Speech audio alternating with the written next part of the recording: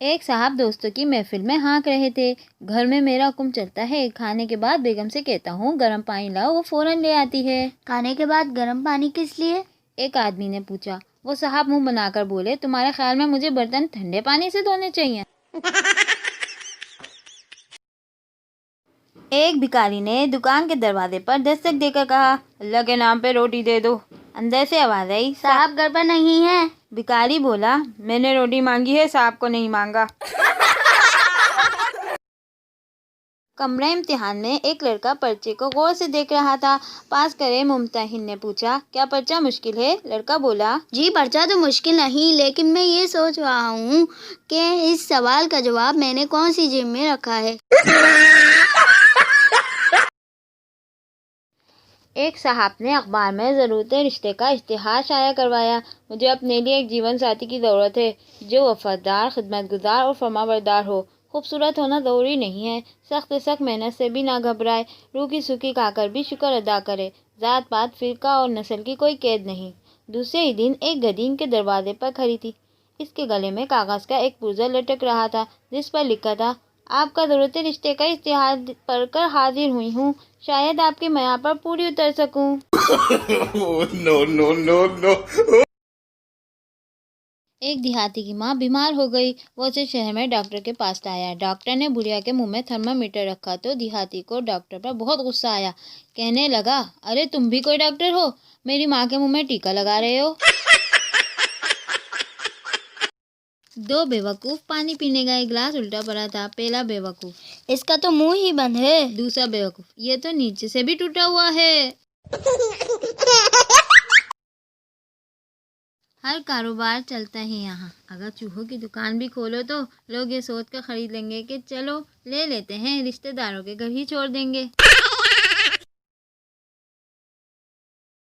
ایک گاؤں میں کافی عرصے سے بارش نہ ہوئی۔ ایک دیہاتی ایک روز پہاڑ پر چڑھ کر دعائیں مانگنے لگا، اللہ میاں بارش دے۔ اتنے میں زلزلہ آ گیا اور دیہاتی گر پڑا۔ وہ اٹھتا ہوا بولا، اللہ میاں بارش نہیں دینی تو نہ دے، مگر مجھے دھکے تو نہ دے۔ ایک شخص کے سر پر بال بہت ہی کم تھے، گویا وہ گنجا تھا۔ ایک دوست نے پوچھا، یار تمہیں اس گنجے پن میں تکلیف تو ہوتی ہوگی؟ نہیں، گنجے نے جواب دیا، بس منہ ہاتھ دھوتے وقت یہ پتہ نہیں چلتا کہ ماتا کہاں تک ہے۔ ایک دوست دوسرے سے، میرے دو بچوں کے نام عبد الکریم اور افضل کریم ہیں، اب تیسرے بچے کا نام کیا رکھوں؟ دوسرا دوست، تیسرے کا آئس کریم رکھ لو۔ دوست دوسرے سے، آج میں بہت پریشان ہوں، میرا انعام نہیں نکلا۔ دوسرا دوست، کیوں؟ پہلا دوست، کیونکہ میں نے انعامی ٹکٹ ہی نہیں خریدا تھا۔ No. نوازش نوکر سے، میں نے تمہیں کہا تھا کہ چاول چوزے کو کھلا دینا، تم بلی کو کیوں کھلا رہے ہو؟ نوکر، جناب چوزا بلی کے پیٹ میں ہے۔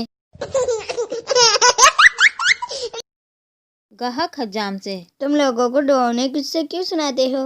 حجام، اس لیے کہ ڈر کے مارے ان کے بال کھڑے ہو جائیں اور کاٹنے میں آسانی رہے۔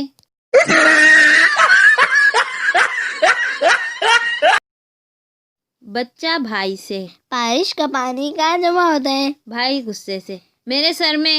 بچہ، اسی وجہ سے آپ کی ناک بہتی رہتی ہے۔ باپ بیٹے سے، بیٹا تم نے نانا کے خط کا جواب کیوں نہیں دیا؟ بیٹا، ابو آپ نے ہی تو کہا تھا کہ بڑوں کو جواب نہیں دیا کرتے۔